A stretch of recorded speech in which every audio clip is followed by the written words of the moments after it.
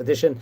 Not too sure if you can find much information of class on the internet concentrating on this, but we're continuing this series at the moment, and here I thought it would be an interesting topic to speak about Jamaica in of itself. Now, using various sources within regards to, if we know the history of the Jewish community in Jamaica dates back, let's say, to migrants from Spain and Portugal, starting in the year 1509. Many Jewish people began fleeing from Spain. Obviously, there was unfortunately persecution, the Inquisition at that point in time. When the English captured Jamaica from Spain in 1655, the Jews were living as conversos, and they began practice Judaism openly.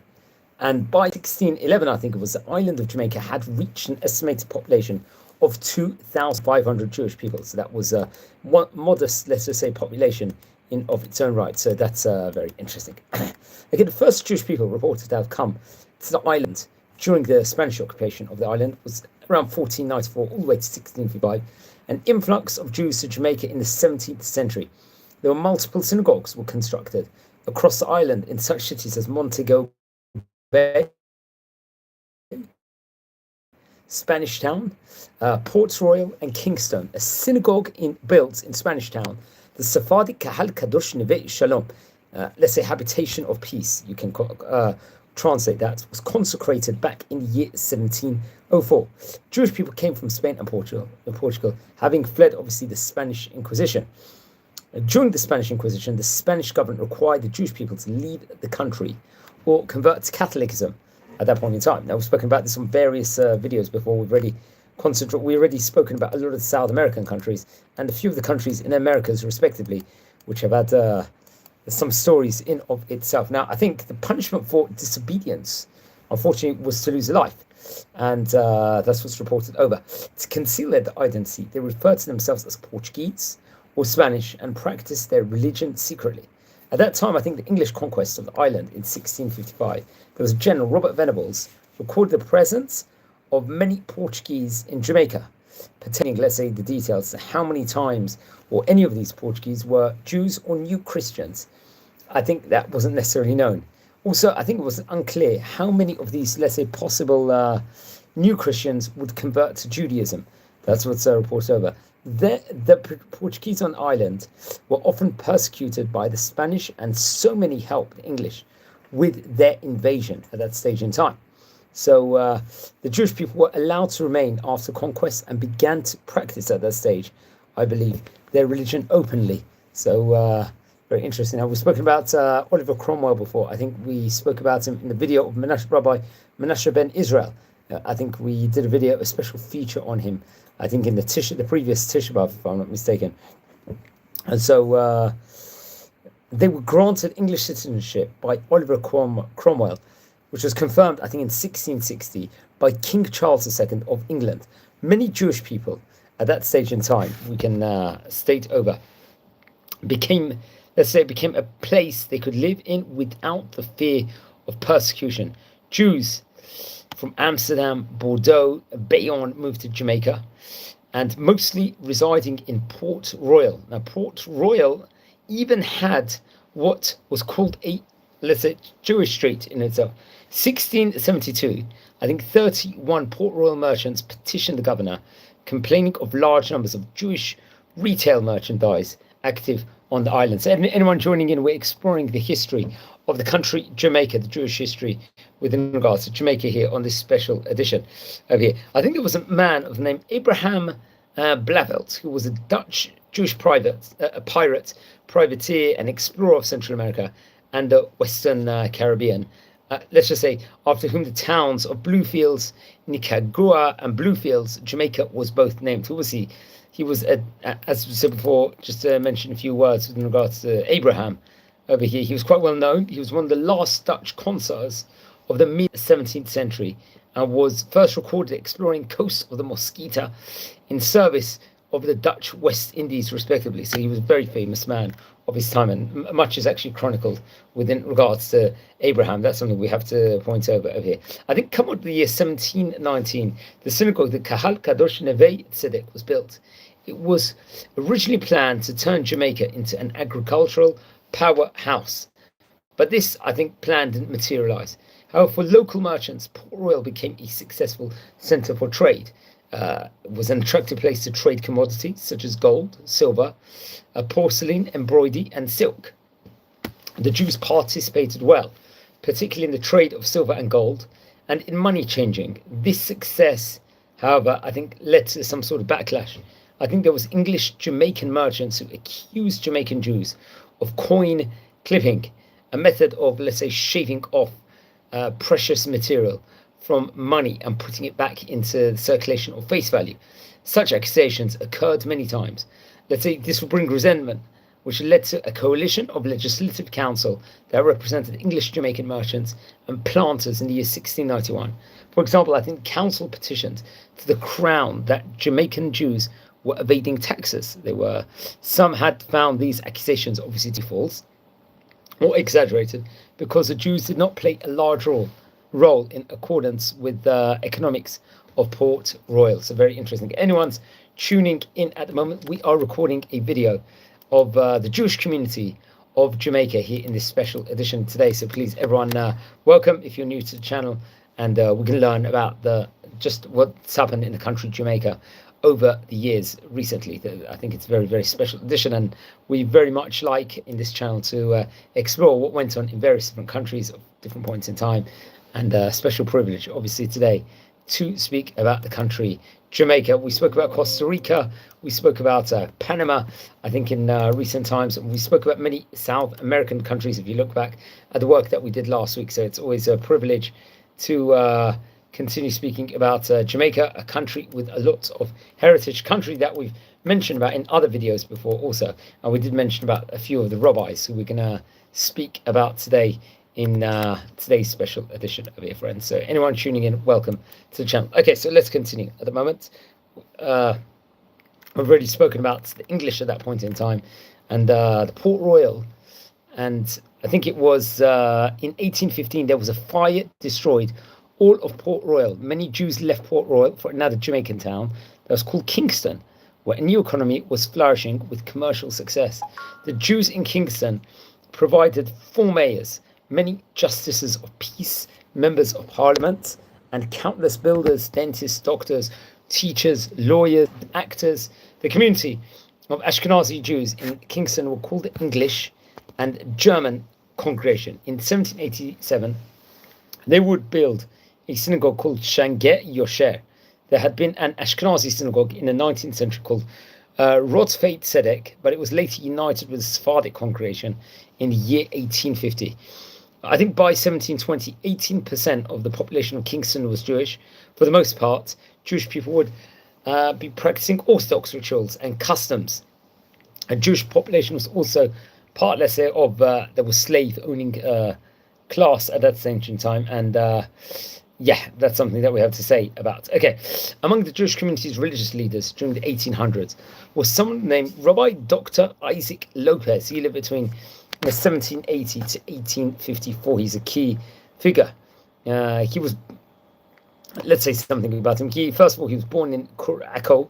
He came to Kingston, where he served the congregation there, and he was assisted by another rabbi who we'll speak about in a minute, Rabbi Abraham Pereira Mendez. I think let's speak over here about, if we can find any information about Rabbi Dr. Isaac Lopez. He's another key rabbi, let's just say, in Jamaican history in of itself. And we spoke about Rabbi Mendez before, but Rob Isaac Lopez, I think there's various different chronicles within regards to him. I think he lived between 1780 to 1854, and he was actually born in Kingston naturally, and he was a son of David Lopez de Fornesca and Leah Henriquez Lopez de Fornesca. Now, we spoke about the Fornesca family on various occasions before. I think he was a chazan, also shliach tzibur in Jamaica. So like he was had a reverend role, let's just say, instead of a chazan shliach tzibur role, or you could say I don't know if it was a rabbinical role. He lived 74 years of age, and he was the father of other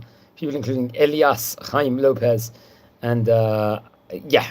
So I think he passed away actually in Kingston in St. Andrew Parish back in the 1854. So from the time of recording, that is about 170 years ago. So very, very interesting. Anyone tuning in at the moment, we are exploring the history of the Jamaican Jewish community over here on this special edition. So if any of you watching at the moment have family that descend from Jamaica or relatives or close ties, please let me know in the comments section.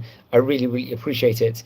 And as we learn about various different happenings that actually took place in this country of yesteryear. So welcome everyone. If you're new to the channel also, please don't hesitate to subscribe. Hit the subscribe button.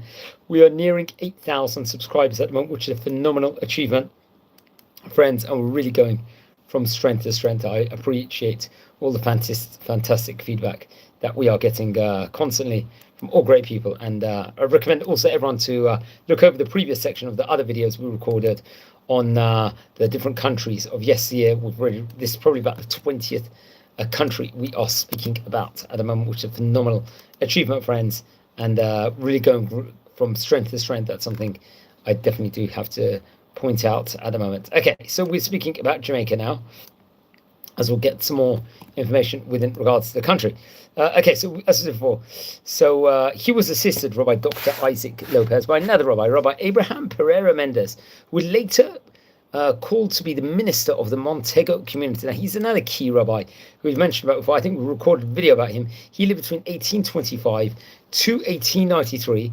I think he was actually born in Kingston, and he died in New York City. He was a Jamaican rabbi, educator. He would also serve in England and the United States of America.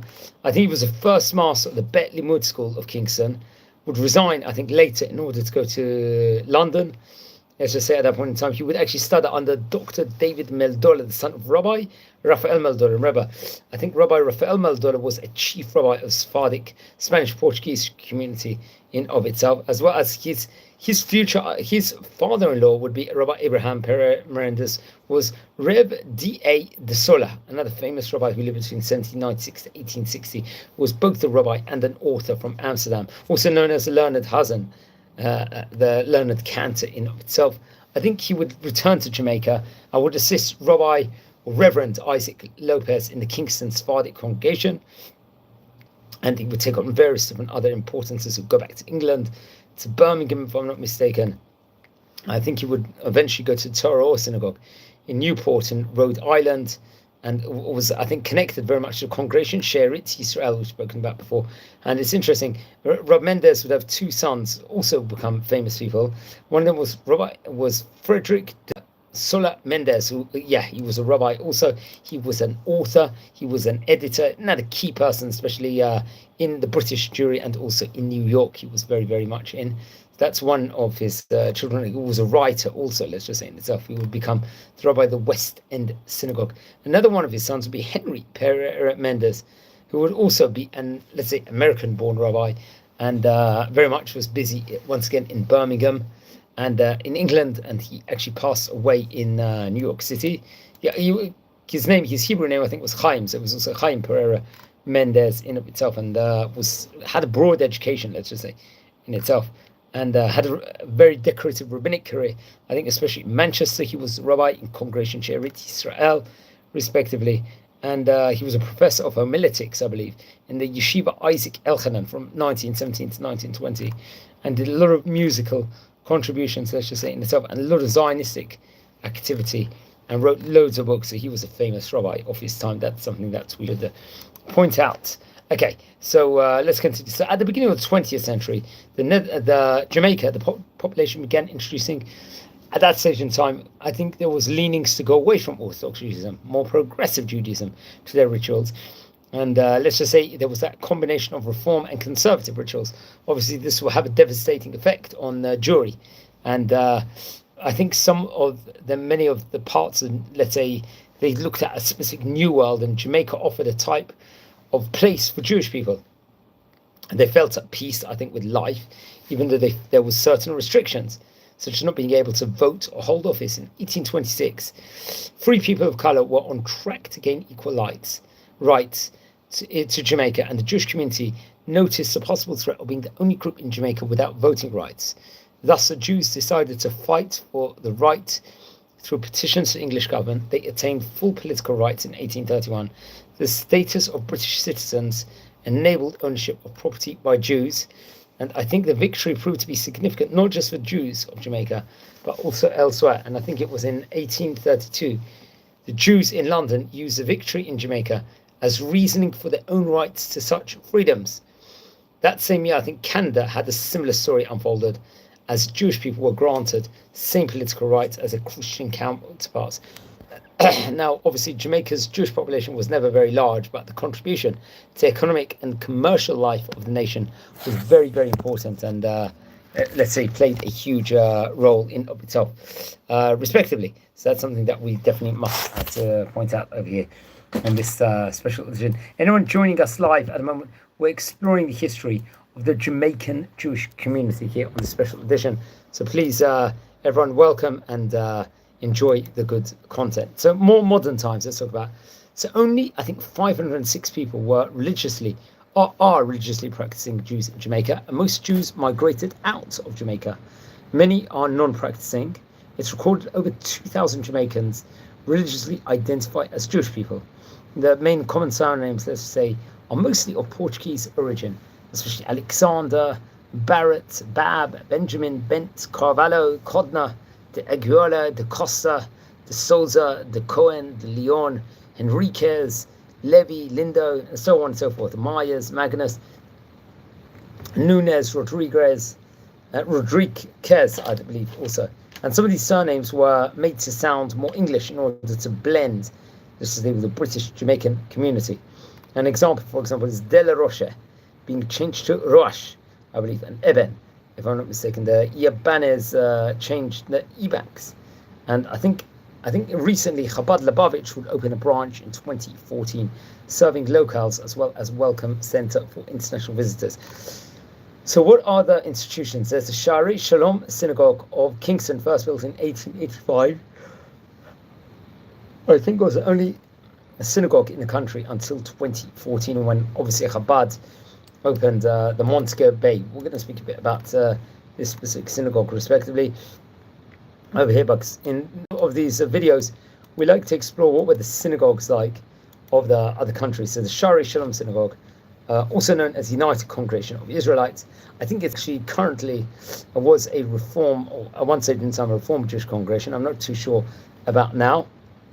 I think with the influx of the Jews of the 17th century, various synagogues were constructed across the island, all over the various places. Only 2 synagogues were built in Spanish Town. The Sephardi KK Neve Shalom, and was consecrated in 1704, and Ashkenazic synagogue Mikveh Yisrael, erected in 1796. These 2 congregations later merged as to migrate from Spanish Town to Kingston, the new city. As in Spanish Town, 2 congregations, Sephardi and Ashkenazi, existed in Kingston. Attempts to form merger wasn't successful.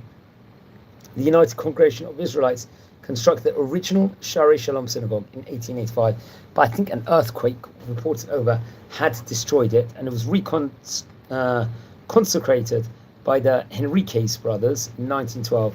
And so I think the structure stands. I think it was in 1921 the Ashkenazic community would merge with Shari Shalom Synagogue to form a unified congregation, which I think exists currently, if I'm not mistaken. So very, very interesting. We'll speak a bit more about the synagogue. I think this synagogue can accommodate as many 600 people for services in the synagogue. The sanctuary floor is covered in sand from Sephardic custom to remind persons of the time when the Jews converted their floors with sand to muffle the sound of their prayers during the Spanish Inquisition.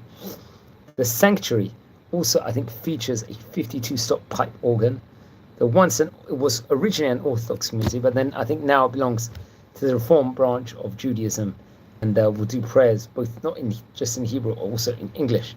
I think it's reported over. So that's something that we can say within regards to that. So let's look at a more in-depth list of the synagogues in Jamaica. As we spoke about, there was a Shari Shalom Synagogue. So that's very, very interesting. So a lot of information. Anyone tuning in, we are exploring the history of the Jamaican Jewish community here on this special edition. So welcome to the channel, anyone that has actually joined at the moment. So that's very, very interesting. Let's find out a bit more information within regards to the country. It's interesting. I think the president currently is Miss Terry Jo Hall, and Douglas Reed is a vice president of the community itself. So we've spoken about and the history of Jamaica and the different science between it. We can also add that I think it was in 1831 was the year when the Jewish people on the island were granted full political rights, equal rights, allowing them now to vote, and so on and so forth. I think, if I'm not mistaken, at the turn of the 20th century, Jews would come from Syria, Egypt, and Germany. They would arrive in Jamaica. And Jewish life in Jamaica would take a downturn, though, as immigration and assimilation began to reduce the practicing population of Jews in Jamaica. As economic prosperity, let's just say, that the community had experienced in a previous century would actually falter at that point in time. And we talked about Ashkenazic and Sephardic synagogues would merge in 1921, obviously with the arrival of the Sha'arei Shalom synagogue in 1912. So interesting. Jamaica itself would achieve its independence in 1962. And many Jews began to leave Jamaica due to political unrest, I think, that rocked the islands in the 1970s. And now, obviously, it is much smaller, the Jewish community. Years of the Holocaust. I think in the years before and during the Holocaust, Jamaica became a haven for almost 1,400 Polish and Dutch Jewish refugees. The American Joint Jewish Distribution Committee, I'm reading from the World Jewish Congress website over here, the JDC, became aware of the space in the Gibraltar camp that the British had constructed for the arrival of Gibraltarian and Maltese citizens that were evacuated during the war, and soon lobbied the British to accept some Jewish refugees from Europe. Likewise, the Dutch government, I think in exile, requested that the British temporarily allowed Dutch Jews en route to Curaçao. The British agreed to both appeals and began admitting Jewish people, refugees, in 1938. Ultimately, 1,400 Jews, mostly Dutch and Polish descent, were admitted to Gibraltar camp and housed until the end of the war. So very, very interesting. So just to find out just a whole history on Jamaica, it's an exciting video, definitely to do to learn more within regards to the community, and especially from a diverse point of view. That's something that we have to mention also. So yeah, so we're just speaking from the World Jewish Congress website. I think Jewish immigrants that arrived from Europe were screened to ensure that they were not spies of some sorts at that point in time, and they would come in almost. And yeah, many people come from many countries in of itself. Now, I think the island of Jamaica has a Jewish population, I'm not sure currently, I think, of under 200 people. The majority live in Kingston, and it's ethnically diverse, Ashkenazic and Sephardic descent. And small in number, Jewish people are a highly respected minority in Jamaica. So community life, the United Congregation of Israelites, let's just say, is one of the Jewish, or the main Jewish communal body in Jamaica, making sure that Jewish life is constructed in of itself. I think there's other organizations that are connected in Jamaica, including WISO.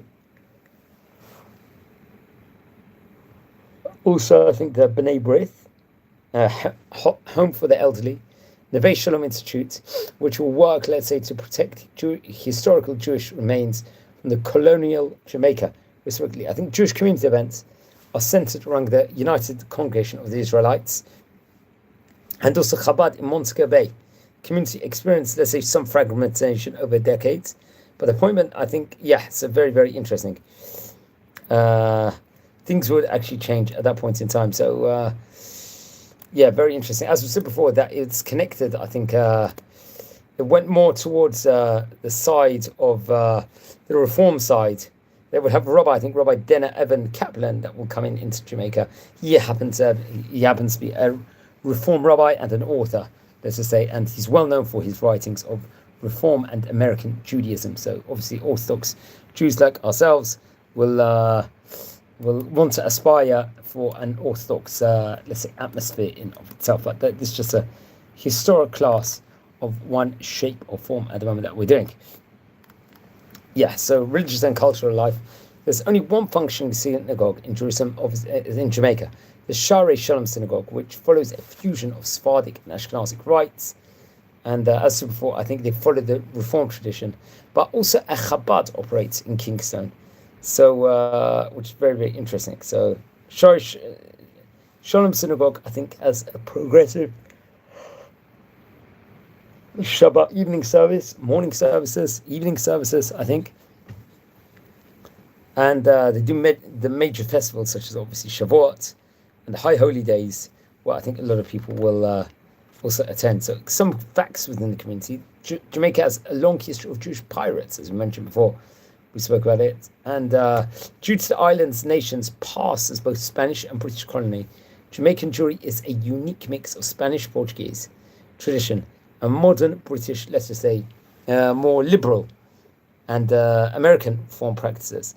At its height, the Jewish community of Jamaica was the largest community of Jews in British American colonies, with communities located in Kingsbury, Spanish Town, Montego Bay, and Port Royal. And I think very, very interesting.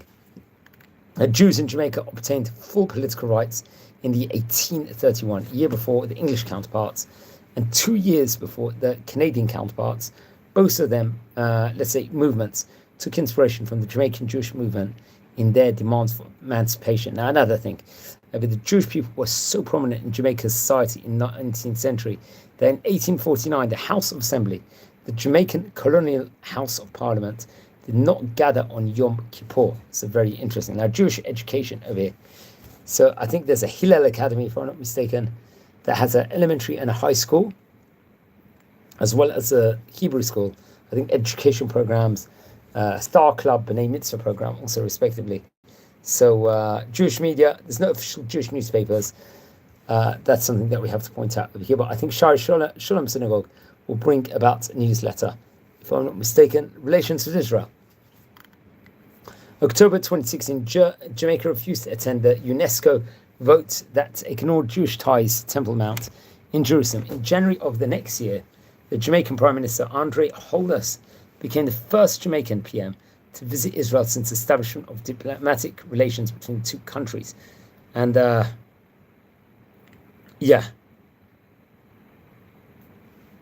I think they were very vocal, especially initially when there was Israel-Hamas war would actually start after October 7th. So he was definitely a voice also. And much more can be said within regards to the history of that. So friends, anyone tuning in at the moment, we're exploring the history of the Jamaican Jewish community over here. I thought it would be definitely a very good idea to speak about that. Let's speak a bit more about the famous rabbis that was part of Jamaica. The first one, Rabbi Bernard Hooker. He was in late 60s and the mid 1970s, let's just say.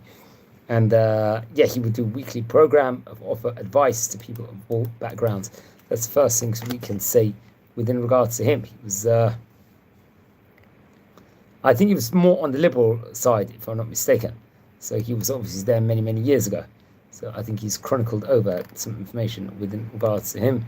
That, he was, let's just say, very key in the heart of the committee in the United Kingdom, making appropriate the work that he was doing in conjunction with Gloucester Jewish community, I think more liberal community, and so on and so forth. So that's, if anyone wants information on Rabbi, so that's very interesting.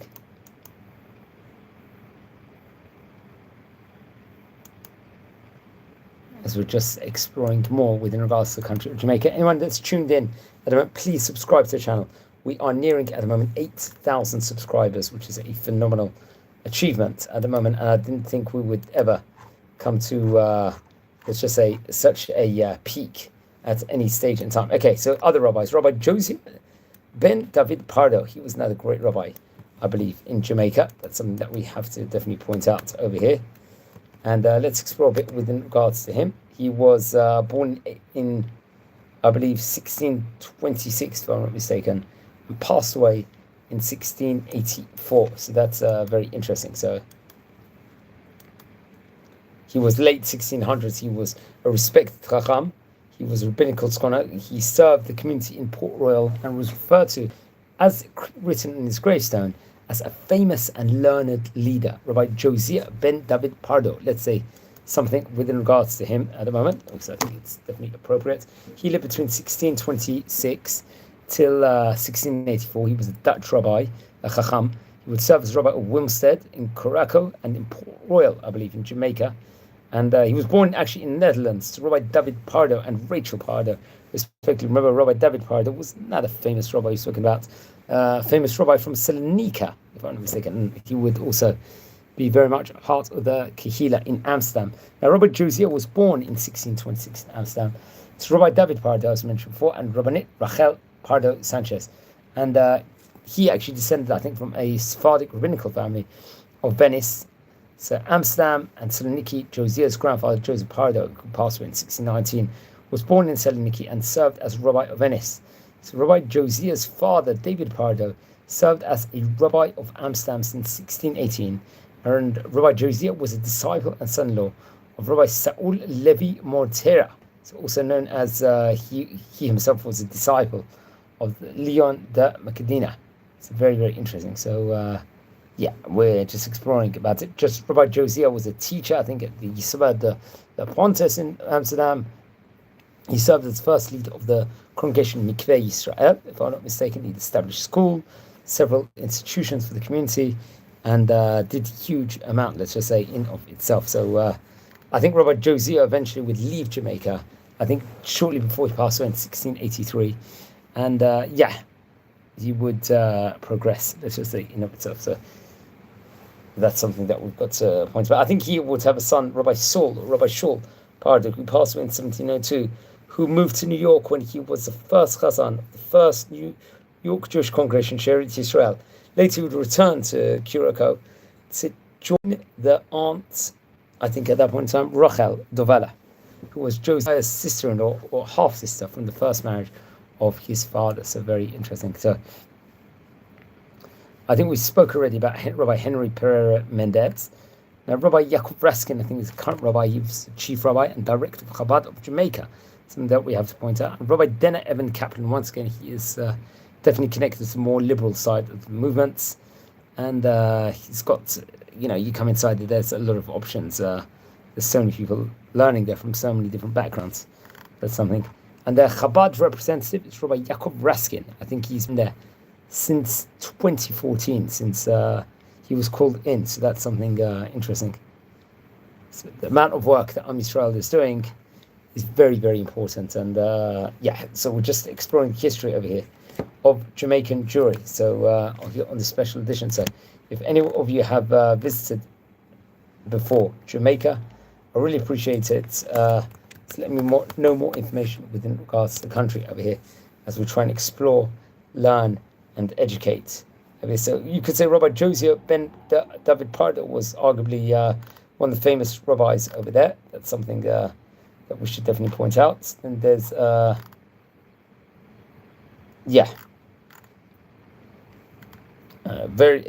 some sort of a rich community history, you could say, within regards to Jamaica. So that's very, very interesting, and much is chronicled over. So we didn't really speak about the Jewish community over there, and obviously we spoke about the Sha'arei Shalom synagogue, the Jewish community of Jamaica. That's something, a feature that the Jewish community website will talk about, talking about the pirates, let's just say, about the Caribbean and Jewish continuity and the core community ancestry of Iberian Peninsula, and I think was around the 15th century, respectively, towards the end. And I think some Jamaican Jews would actually trace their ways back to Portugal, where their ancestors were forcibly converted to Catholicism by King Emmanuel I in 1947. Although legally prohibited from emigrating, many still found ways to leave, moving to Spanish, Portuguese, Jewish communities. So that's very, very interesting over here. So I think he was, Rabbi Josiah was very well connected also with other countries like Germany, Hamburg, France, Iberian Peninsula, Livorno, Italy, obviously, naturally, Amsterdam, and also London, respectively, which is very important to point out. And I think once again, Rob Moses Cohen Enriquez will mention about him on various occasions of time. So very interesting. So that is obviously it's thrived, the Jamaican Jewish community, especially in late 18th, early 19th century, especially because there was sugar, vanilla, tobacco, gold, rum, and other products being sold. And by the end of the 20th century, the economy began to slow decline. And many Jamaican Jews emigrated to the United States of America, I think, and England and Australia. That's very, very interesting. I think one time the community would have between 22,000 Jews and 580,000 residents. Obviously, I don't know if that's true or not, but very interesting. So today there are an esteemed 405 Jews in a total population of 3 million, most of them consecrated in Kingston for roughly a century since its establishment following a merger of two communities. I think in 1921 there was a Sha'arei Shalom synagogue in downtown, and then there is the other synagogue. Chabad opened the center, I think, in the tourist destination on Montego Bay I think that was in 1921, if I'm not mistaken. So that's very interesting. So, actually much is chronicled over within regards to the history. I think there's the Kingston Hebrew Academy, or Hillel Academy, which is used even by a lot of non-Jews. I think in current day, that's something that we have to point about within regards to it. Friends, anyone tuning in, we're exploring the history of Jamaica, the country Jamaica over here, in this special edition of it. So friends, anyone joining in at the moment, please subscribe to our channel. It is for free, and we're going to explore a bit more with regards to the great rabbis in of itself. How important it actually is to just get a feel of everybody, where the people are saying, and so on and so forth. So we happen to be speaking about the country Jamaica today as a special edition. Sure, Chabad and Aish will have some informational stories within regards to the community. I think this Sha'arei Shalom synagogue, just to add on to it, has as many as, I believe, 13 Torah scrolls.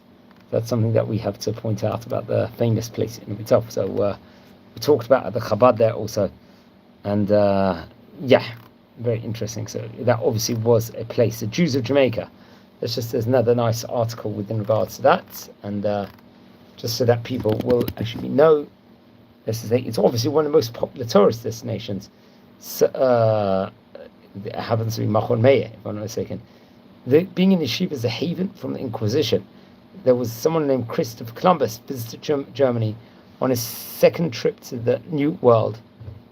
In 1503, he claimed it for Spain. The island was granted to Columbus' descendants as a personal profession. Or possession, sorry, just to be precise over here. So very, very interesting. So anyone in, we are just exploring the history of the Jewish community of Jamaica at the moment. So welcome to the channel at the moment. Please subscribe to the channel, join our community, as we are going really, really from strength to strength at the moment, and exploring various different countries in of itself here on this special edition over here. So welcome everyone to the channel, and enjoy over here. So let's continue over here. At the moment we're talking about the Jews of Jamaica. We spoke about how they returned to Judaism under British rule. I think in the mid-1600s, Spanish authorities would threaten to wrest control of Jamaica away from Christopher Columbus. English ships arriving in Jamaica's harbours were met by Jews who promised their help as Britain battled Spain, I think, at that stage in time. So we spoke all about that. Jewish pride. So there was a man named Antonio Valles Henriquez, one of Lisbon's most prominent merchants and a secret Jew. And in 1605, he was publicly tortured, along with 150 other Jews, for the crime of practicing Judaism, they felt. After escaping Amsterdam, Henriquez would undergo Brit Milah, circumcision, change his name to Abraham Henriquez Cohen, and publicly embrace Judaism. Very interesting. We spoke about him before. Henriquez, I think he will is remembered today as a dashing pirate through accounts. I think he was rabbi. Maybe he would, I'm not too sure. And the accounts of his daring, let's just say, do vary. It seems he became a soldier and a spy for the Dutch Navy and operated their backing. What is clear, I think, that Henriquez would team up with Sir Henry Morgan, one of the most feared pirates in the Caribbean. And interesting enough, the 1628 heist against the Spanish Armada, in which they captured, let's say, the fabulous amounts of silver and gold, was the largest theft in Spanish fleet's history. And after a long career in piracy, I think Morgan was made Lieutenant Governor of Jamaica, and pardoned Abraham Henricus Cohen, who settled in Germany. So very, very interesting. Anyone that's tuning in at the moment, we are exploring the history of the country Jamaica here on this special edition over here. So that's a very, very interesting, very, very important, let's just say, in of itself. So please, anyone, if you're new to the channel, welcome to this special edition and to our community over here, as we are really, really doing huge amounts, let's just say, in of itself, and going from strength to strength at the moment, and really, really improving. So thanks everyone for joining at the moment, and welcome to the channel. And don't forget to subscribe, as we've got much different great, let's say, information and facts within regards to the country of Jamaica here on this special edition of it. So welcome everyone over here. Okay, so let's speak a bit more within regards to the country Jamaica here at the moment, and just recording this at the moment here, we are in November 2025 at the moment. So it's a special time to be speaking about the community in of itself. So that's very important. Okay, so more facts within regards to the Jewish community of Jamaica. There's various different articles, you could say, on the internet that's writing about what happened in the various different years inside the country. That's something that I would definitely recommend everyone to look into. And the Jews of Jamaica. So we've spoken about the synagogues already. Other facts would be, I think, on Yom Kippur, the Jamaican Jews, I think in previous years, were long denied full political rights until the 1830s, when the leaders, Moses Delgado, pushed the issue relentlessly with Jamaica's British authorities. And I think in July the 13th, 1831, Jewish people received full civic rights and exploded into the scene of Jamaica's political life. In 1849, I think 8 of the 47 members of Jamaica's House of Assembly were Jewish, and assembly closed on Yom Kippur because so many delegates were away. And I think come 1866, there were 13 Jewish delegates, nearly 25% of the assembly. Now, why the white sand floors inside the synagogue over here? We spoke about this before. I think just like other Caribbean congregations, and the Share Shalom in Kingston will have a white sand floor. Why is this? This unusual tradition is said to date to the 16th century, when secret Jews sought to muffle their footsteps in synagogues, obviously by putting a thick layer of sand onto the floor. So I think Share Shalom dates only to 1912, but it's built in traditions of Spanish-Portuguese style, if I'm not mistaken. It's one of the 5 functioning synagogues in the world today with sand floors. I think there's one in Amsterdam, in Curaçao, I think in Suriname, and in St. Thomas also. Now, it's also well known for, let's say, great artwork in of itself. Jewish writer there was Daniel Israel Lopez Laguna, was born in France in the 1650s, studied in Spain. He was arrested and tortured by the Inquisition, and in prison.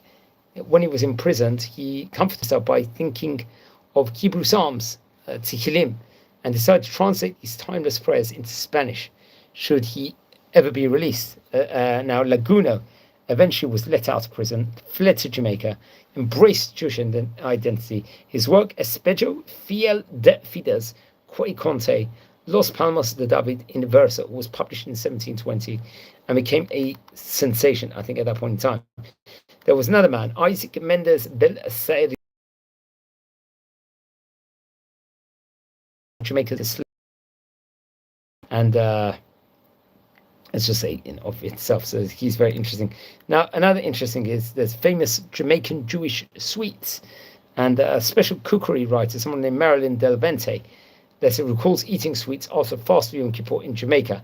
I think they actually called doces, if I'm not mistaken, coming from the Portuguese doce, which I mean doque, which means sweet.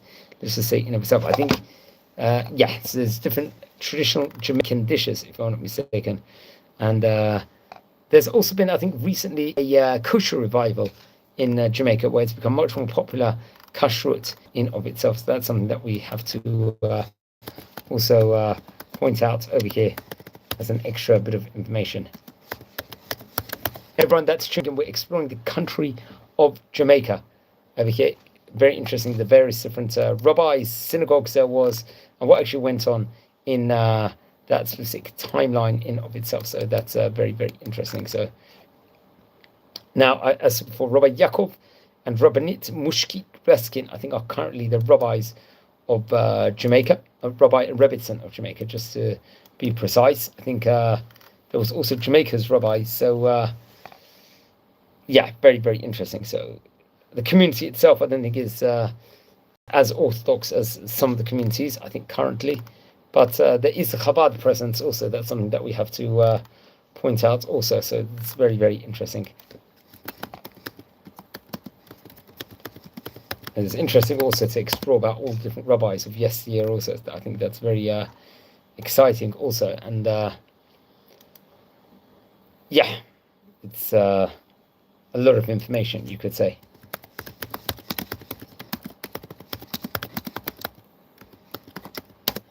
Okay. So obviously, so we spoke about a famous rabbi. You could say Rabbi Abraham Perez Mendez was arguably one of the famous people over there. And, you know, it would be great, I think, to also explore at one stage in time the history of the Jewish community of maybe Barbados and those places also. I think that would be definitely a good idea. I think there are, let's say, in-depth classes. I think there's actually a book called The Jews of Jamaica. If it was published by Taylor and Francis Limited, if I'm not mistaken. That's, I think, in a lot of, let's just say, detail it actually gives over. So that's something I would definitely recommend everyone actually to look into. And yeah, it's got various different details. I think there's different PhDs out there, but very interesting. I thought it would be a nice special edition to speak about Jamaica. So I hope we've got a synopsis over here today of the Jewish community. If you look back, we've already recorded videos on Panama, Costa Rica, other countries around that specific area, respectively. So that is something definitely very exciting to speak about and to learn about. Also, we also explore the history within regards to the various different South American countries, especially over the last couple of weeks. We've been speaking about those vicinities, so I recommend everyone strongly to watch over those again. Now, if you descend from any of these countries that we've been speaking about, please let me know. I'd love to know more information about the country. Do you miss it? Do you not miss it? And what actually you're thinking within regards to it. And always, it's great to have good feedback within regards to the video. So I really treasure and value all our members over here, and want to thank everyone from the bottom of my heart for all the fantastic work that we're doing, and really, really going from strength to strength at the moment as we learn about the great Chachamim of yesteryear and the great Jewish communities there were of previous years, respectively. And hopefully, Bezrat Hashem, we will go for more and more. So, friends, if any of you are interested in subscribing, please subscribe to the channel. We're nearing 8,000 subscribers, which is a phenomenal achievement over here. I don't think we would have, I never thought we'll achieve that at any stage in time. So that's something to be very proud about. And yeah, I think just enjoy. And yeah, let me know. So the Jewish history in the various countries across the world is an actual channel, I think, part of the sub-part of the channel, which actually talks about the different Jewish histories, the importance, let's just say, self-respectively. So very, very interesting. On that note, I'm going to wish you all a great day. Thanks for spending time to watch, and watch your space for more great Jewish content. So thank you and have a great day.